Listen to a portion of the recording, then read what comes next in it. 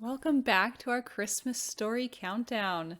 Today we're going to read A Bad Kitty Christmas, written and illustrated by Nick Bruhl.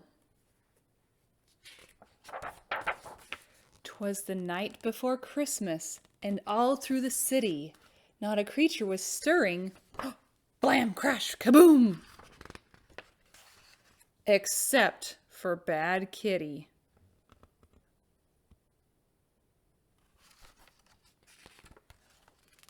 How did she get here, you may ask yourself? It's a very long story. I'll tell it myself. First thing this morning, I awoke to a clatter. I ran down the stairs and asked, "What's the matter?" That's when I found Kitty in the midst of her caper. She'd torn through the gifts and was covered in paper. Uh-oh, naughty Kitty. The angel was ambushed. The books were all bumped. The cards were all crushed. The drums were all dumped. The eggnog was ended. The fruitcake was flung. The gifts were all gutted. The holly unhung. She is just Bad Kitty's all over the place. The icicles injured. The jingle bells jumped. Kris Kringle was kicked. The lights were all lumped. The manger was mauled. The nutcracker nailed. The ornaments ousted. The poinsettia paled. The quiet was quashed. The ribbons ripped up. The star was sent swirling. The tree was tripped up. The unicorn uglied. Vixen was vexed. The wreath looked just wretched. The xylophone X'd. Our Yuletide looked yucky. My zeal had been zapped when I had found Kitty in the shreds where she napped. Oh, Kitty, Bad Kitty, I'm filled with distress. You've ruined our Christmas. Just look at this mess. Oh, dear. All of these presents, these were for you. Why did you do it? And Kitty said, mew. Though there were presents and bundles and boxes galore, Kitty was angry. She wanted more. She wanted an ape and a bear and a cormorant dish, a duck and an eagle baked with a fish, a gecko, a horse, an ibis, a jackal, a kiwi and a lion in a soup with a mackerel. Can you find all the animals? A narwhal, an owl, and a penguin on rye, a quetzal, a rabbit, and a seahorse in pie.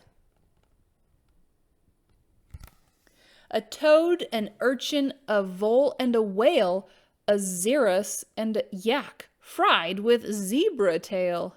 My goodness. That's quite the shopping list. That does it. I've had it. Just look at this place. I don't care if you're mad. Kitty, you're a disgrace. I've never known someone so selfish and greedy. 'Tis the season, you know, to give to the needy. I'd better start cleaning. What will you do? Do you feel like helping? And Kitty said, mew. Kitty doesn't care. She was still miffed when we packed up to go on an afternoon trip in the Christmas Eve snow. Dog and Kitty in the car. As we left for the city to see Uncle Murray, the window was open and she left in a hurry. Oh, Kitty, dear Kitty, don't go, you must stay, we shouted and cried as she ran away. But still she abandoned us right there and then. We thought that we'd never see Kitty again. Oh no. Oh no, not Puppy too. Come back, come back. Puppy followed Kitty.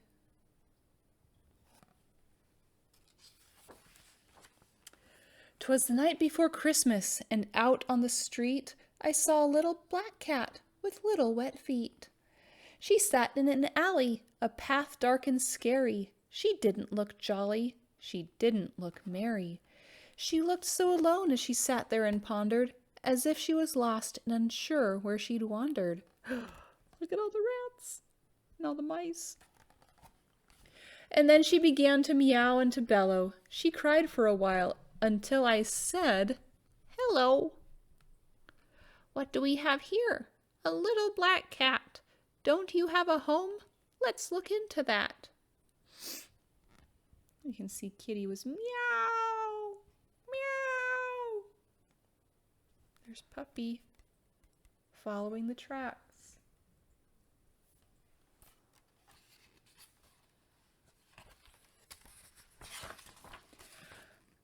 There, little cat. It'll all be all right. You shouldn't be out on this cold wintry night.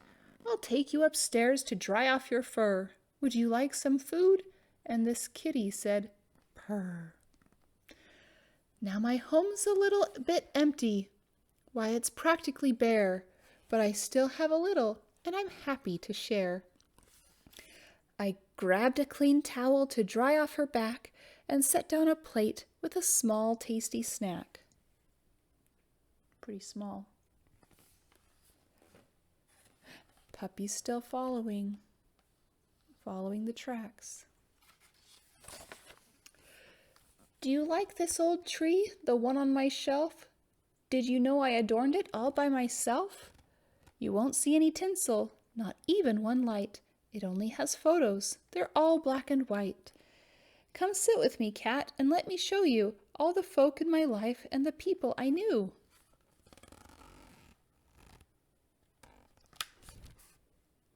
Here's my Aunt Agnes with brother Bobby, with dear cousin Clancy and his daughter Dottie. That's Edgar the elder with my father Frank, next to grandmother Gail and my husband Hank.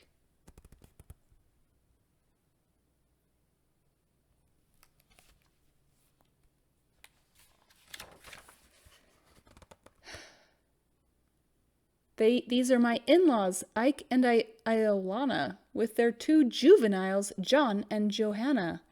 They each had a kid, Kendra and Ken, and the lineage goes on with Landra and Len.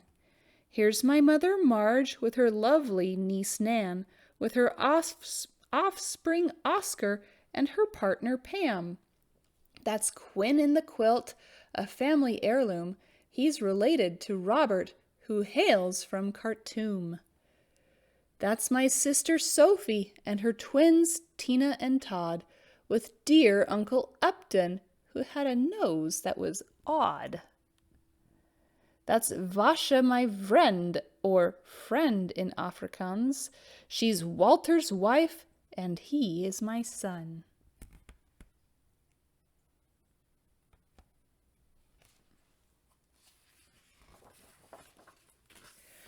This last one's my favorite. It's the whole silly gang at a Christmas reunion where we laughed and we sang.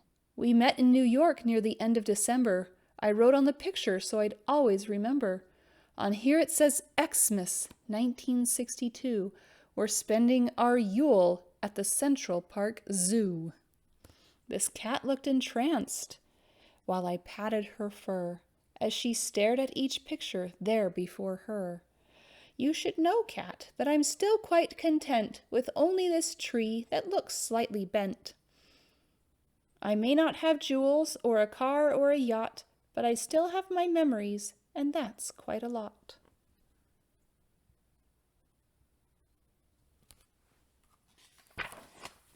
Little cat, this is what Christmas should be. It's not about stuff from a big spending spree.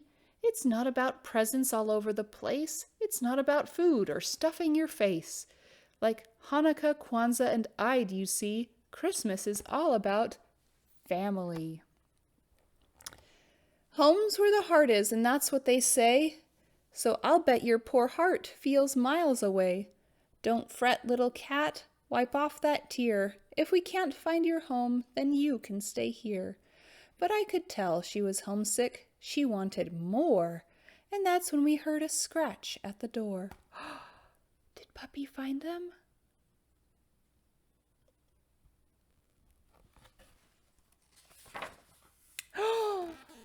Puppy did find them. There's someone to see you, you lucky black cat. I think that he knows where your home is at. Like a furry black flash, she flew out the door. She was moving so fast, she did not touch the floor. So I guess you'll be leaving, I said with a sigh. I'm so glad I met you. Tell your folks I said hi.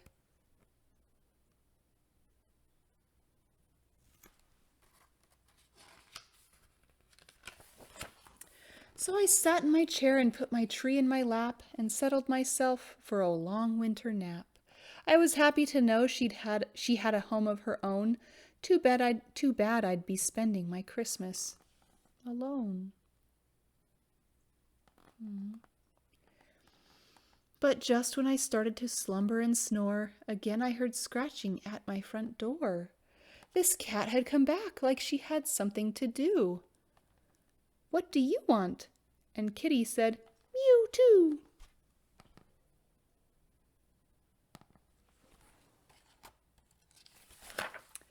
'Twas the night before Christmas. We were filled with regrets as we sat in our seats, missing our pets.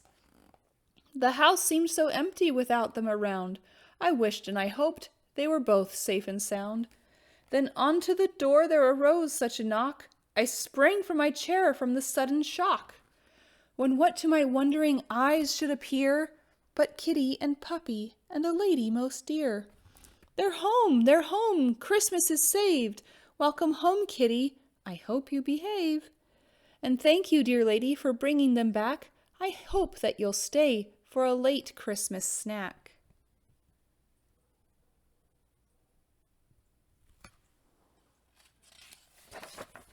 And she did, don't you know? In fact, she moved in. Some friends are like family, and she became kin.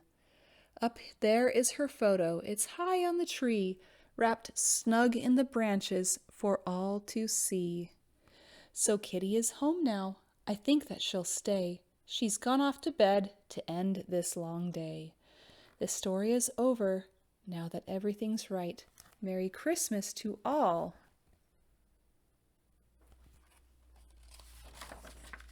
And to all a good night. The end. Thank you for reading with me today.